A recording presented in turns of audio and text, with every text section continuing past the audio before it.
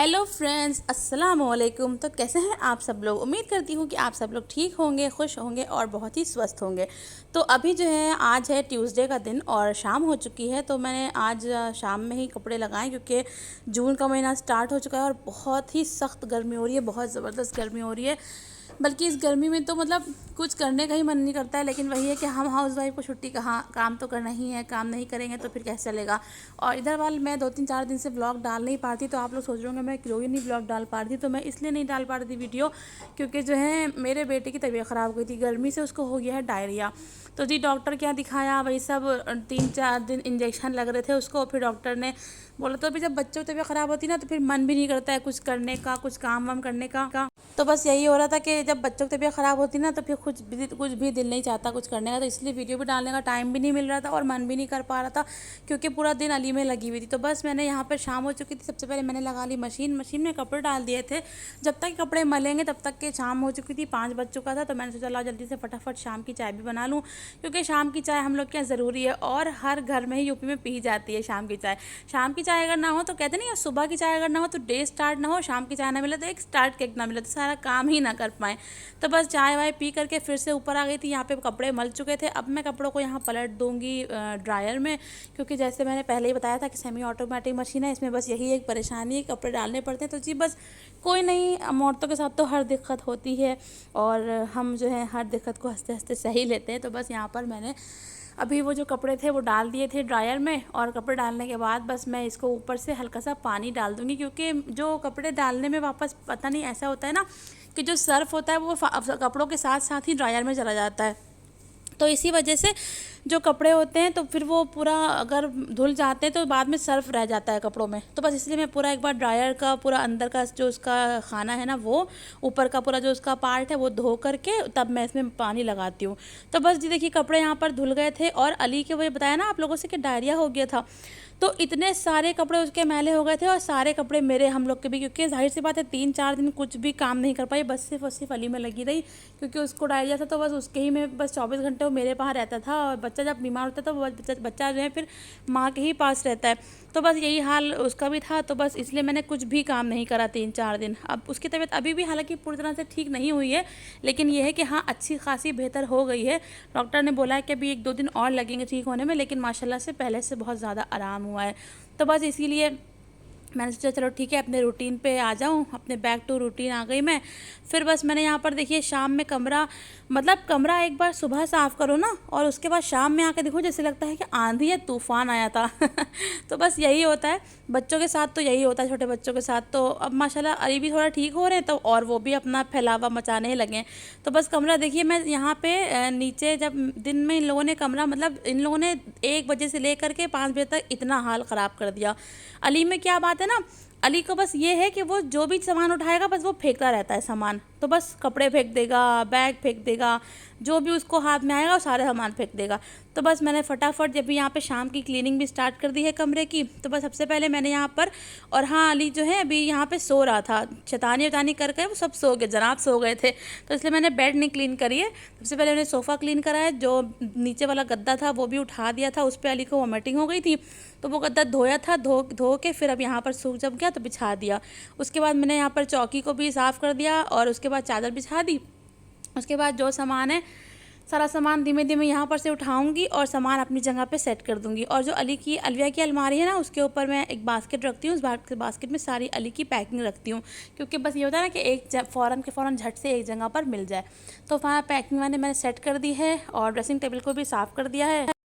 बस अब उसके बाद मैं लगा दूंगी यहाँ पर ब्रश, क्योंकि जो है अली मतलब बच्चे ये होता है ना कि ज़्यादातर जो सामान है उसे हम नीचे फेंक देते हैं और हमारे यहाँ बिछा है ये कालीन, तो इस पर डस्ट जो है एकदम चिपक जाती है और फिर वो बहुत उलझन होती है, पैर में किरकिराहट आती है। तो बस मैंने सबसे पहले यहाँ पर मैं ब्रश लगा दूँगी।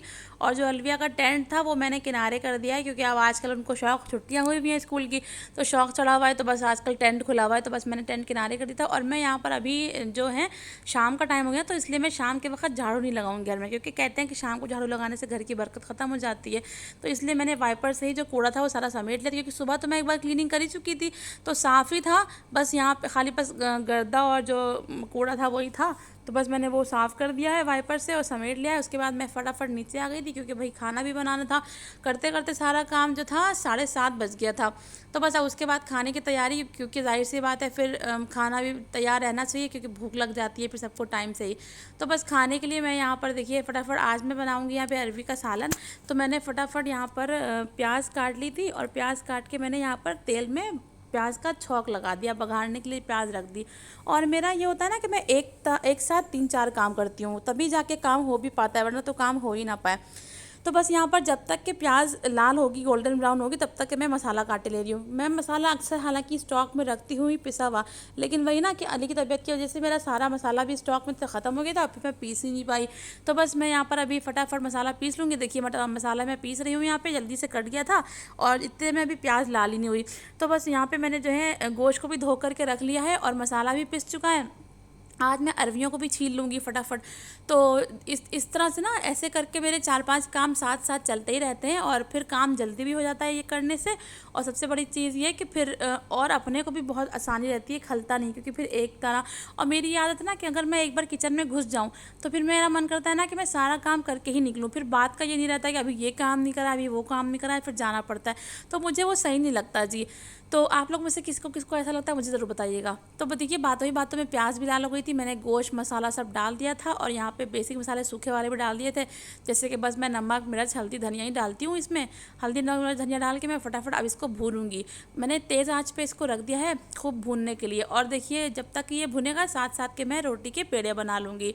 तो बस इधर पेड़े बनेंगे, उधर सालन भुनता रहेगा। मैं ये सालन जब बनाती हूँ ना ऐसे करके, तो मैं पहले ही भून लेती हूँ।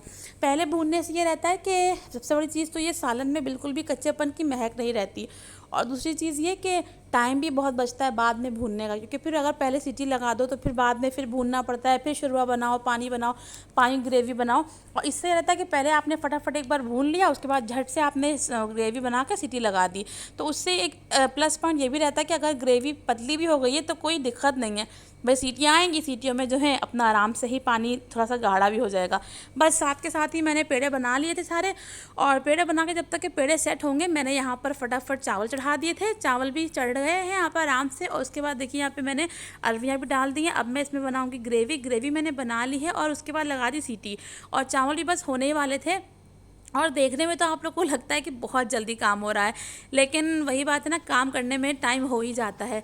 और बस लेकिन ये है कि वीडियो भी ऐसे ही शूट करनी पड़ती है टाइम लैप्स से, क्योंकि अगर सारा काम में दिखाएं तो 4-5 घंटे की वीडियो हो जाएगी, तो कौन ही देखेगा। तो बस यहाँ पर देखिए अभी मैंने फटाफट चावल मेरे पक चुके थे, चावल मैंने हटा दिए गैस पर से और सालन को मैंने धीमी आंच पर रख दिया। एक सीटी आ गई थी, एक सीटी में गोश्त और अरवियाँ गल जाएंगी। और फिर जितनी देर मैं रोटी पकाऊंगी जितनी पूरी रोटी पकाऊंगी उतनी ही देर मैं इसको गैस पे धीमी आंच पे रख दूंगी। उससे ये होगा ना कि अरवियाँ फटेंगी भी नहीं, अच्छे से गल भी जाएंगी बहुत ज़बरदस्त तरीके से। और जो हमारा सालन अगर पतला भी हल्का सा हो गया है ना, तो वो सेट हो जाएगा। तो बस जी मैं डाल लूँगी, यहाँ पे रोटियाँ डाल रही हूँ देखिए। और रोटियाँ हमारे घर में इस तरह से ही सब लोग खाते हैं, मतलब फुलके भी खाते हैं, लेकिन फुलके मतलब मेरे जो हैं खाली हस्बैंड को ही अच्छे लगते हैं। तो बस इसीलिए बस मैं फुलके कभी कदा बनाती हूँ जब 2-4 रोटी बनानी होती है। और जब ऐसे मतलब प्रॉपर खाना बनाते हैं तो फिर यही रोटी बनती है, बड़ी माही तवे पे बनती है। तो बस मैंने ऐसे रोटी सारी बना ली। हर घर का अपना एक अलग ट्रेडिशन होता है, हर घर का अपना एक अलग रिवाज होता है। तो बस हमारे यहाँ ऐसे ही रोटी खाते हैं सब। रोटी देखिए बन गई थी, तब आटा मैंने फटाफट ऐसे ही पलट लूँगी टंकी में और डिब्बे में रोटी पलट दी थी। उसके बाद साथ के साथ ही मैं यहाँ पर काउंटर टॉप क्लीन कर दूंगी, तो इस किचन भी साफ़ रहेगा। बस किचन मैंने साफ़ कर दिया था, खाना तैयार हो गया है।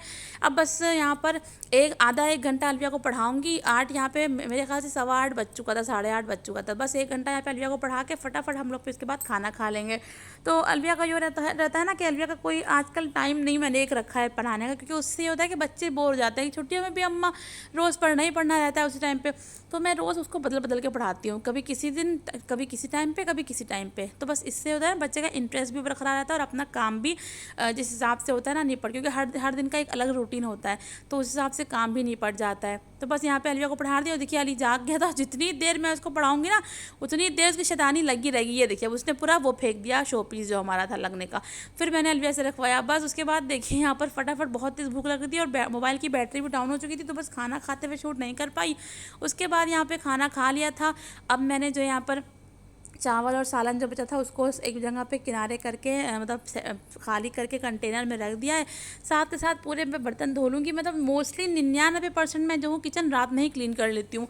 उससे ये रहता है सुबह एक हेडेक नहीं रहती है और पूरी रात सुकून रहता है कि हाँ पूरा किचन क्लीन है। लेकिन फिर कभी कभी जब मन नहीं करता ना, उलझन होने लगती है, तो बस सोचते हो कि छोड़ सब कुछ छोड़ दो, थक जाते, छोटे बच्चे के साथ थक जाते हैं, तो बस तब किचन छोड़ देती हूँ। लेकिन ज़्यादातर किचन रात में ही क्लीन कर देती हूँ। तो अभी साथ के साथ ही जितने बर्तन झूठे हुए हैं ना, सारे बर्तन धो लूँगी। उससे ये रहेगा कि फिर सुबह सुबह एकदम किचन साफ़ साफ़ मिलेगी। तो बस यहाँ पे अभी मैंने खाना फ्रिज में नहीं रखा था, अभी फ्रिज खाना ऐसे ही रख दिया, क्योंकि फिर जब फ्रिज में भी रख, जब किचन जब चलेंगे ना बंद करने, तब रख देंगे फ्रिज में।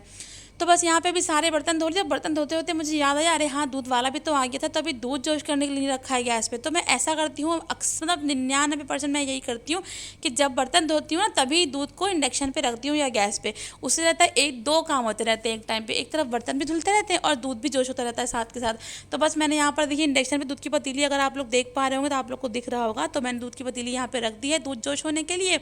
साथ के साथ सारे बर्तन भी देखिए धुलने पर हो ही गए हैं। बस सबसे पहले मैंने जो थे बड़े बड़े बर्तन धो लिए, उसके बाद स्टील के बर्तन, और जो बड़े बड़े बर्तन धो के मैंने रख दिए उसका पानी भी निचोड़ चुका है। तो साथ के साथ मैं रात में ही बर्तन बड़े वाले किनारे करके ही छोड़ूंगी, क्योंकि फिर सुबह एक ये भी काम रहता है कि बर्तन किनारे करो। तो बस ये पानी यहाँ पे सब निचोड़ चुका था। मैं अपनी अपनी सब बर्तनों को अपनी अपनी जगह पे रख दूंगी, तसला अपनी जगह पे, प्लेट अपनी जगह पे, कुकर को भी मैं काउंटर टॉप पे ही रख रही हूँ क्योंकि हल्का पानी रहता है इसमें। तो बस सुबह तक ये भी सूख जाएंगे, तवा हटा लिया था। अब यहाँ पे गैस पोंछ लेंगे फटाफट। तो रात में गैस एक बार ज़रूर पोंछ लेना चाहिए, मैं ज़रूर पोंछ लेती हूँ। इससे रहता है ना कि बस सुबह सुबह एकदम क्योंकि साफ़ रहती है। क्योंकि अगर रात में कभी गैस पे कुछ भी अगर खाना पड़ा हो तो उससे न रहता है ना, महीन महीन कॉकरोच आ जाते हैं, तो फिर वो बहुत गंदा रहता है और मनुष्यत भी होती है। तो इसलिए मैंने गैस को एकदम चमका लिया है। दूध भी जोश हो चुका है, बस मैं दूध को हल्की आँच पर करके गाढ़ा करूँगी, उससे रहता है दूध बहुत गाढ़ा हो जाता है। अब मैं जब जमाऊँगी यहाँ पर सुबह के लिए दही, तो मैंने यहाँ पर जो कल का दूध था एक दिन पुराना, उसको हल्का सा सहता सहता गुनगुना कर लिया है और दही जमा के रख दिए जी। तो बस यहाँ पे दही जमाऊंगी अब। और पता नहीं क्यों ये वीडियो मुझसे 2 बार लग गई, चलो कोई बात नहीं। तो बस आज की वीडियो यहीं पे इसी के साथ एंड करती हूँ। तो मिलती हूँ आप लोगों से अगली वीडियो में। तब तक के लिए जो नए हैं चैनल पर ज़रूर सब्सक्राइब कर लिएगा, और जो पुराने हैं उनको लाइक शेयर करना, कमेंट करना बिल्कुल नहीं भूलना है। वीडियो कैसे लगी मुझे ज़रूर बताइएगा। आपसे मिलती हूँ आपसे कल। अल्लाह हाफिज़।